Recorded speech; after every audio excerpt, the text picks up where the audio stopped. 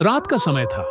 घना कोहरा चारों ओर फैला हुआ था। गांव के किनारे खड़ी शापित हवेली की दहलीज पर खड़े राजू, वीरू, सुमित और अंजलि को अंदाजा भी नहीं था कि वे अपनी जिंदगी की सबसे डरावनी रात में कदम रखने जा रहे हैं। रात 12 बजे चारों दोस्त हवेली में घुसे। अंदर एक अजीब सी ठंडक थी। वीरू ने जैसे ही टॉर्च जलाई, दीवारों पर अजीब आकृतियां उभर आईं। कुछ इंसानों की, कुछ ऐसी जो किसी परछाई की तरह दिखती थी।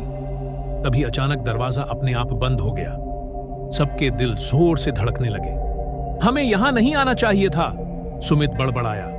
अचानक हवेली के अंदर से किसी लड़की की धीमी रोने की आवाज आने लगी। आवाज एक बंद दरवाजे के पीछे से आ रही थी। राजू ने हिम्मत जुटाकर दरवाजा खोला, लेकिन अंदर जो उन्होंने देखा वह उनकी कल्पना से भी परे था। एक लड़की सफेद कपड़ों में जमीन पर बैठी थी। उसके लंबे बाल चेहरे पर गिरे हुए थे।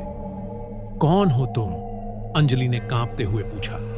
लड़की ने धीरे से अपना चेहरा उठाया। उसकी आंखों से खून टपक रहा था और उसने कांपती आवाज में कहा, भाग जाओ, इससे पहले कि वो आ जाए।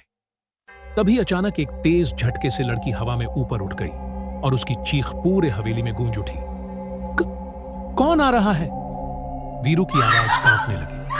तभी दीवारों पर परछाइयां तेजी से हिलने लगी। किसी ने उनके पीछे से फुसफुसाते हुए कहा, अब तुम भी हमारे साथ रहोगे। चारों दोस्त बेतहाशा दरवाजे की ओर भागे, लेकिन यह क्या, दरवाजा अपने आप खुल चुका था।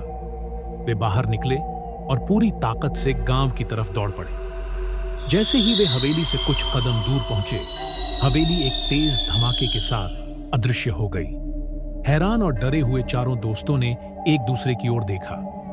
क्या हवेली सच में थी या वो सिर्फ एक मायाजाल था?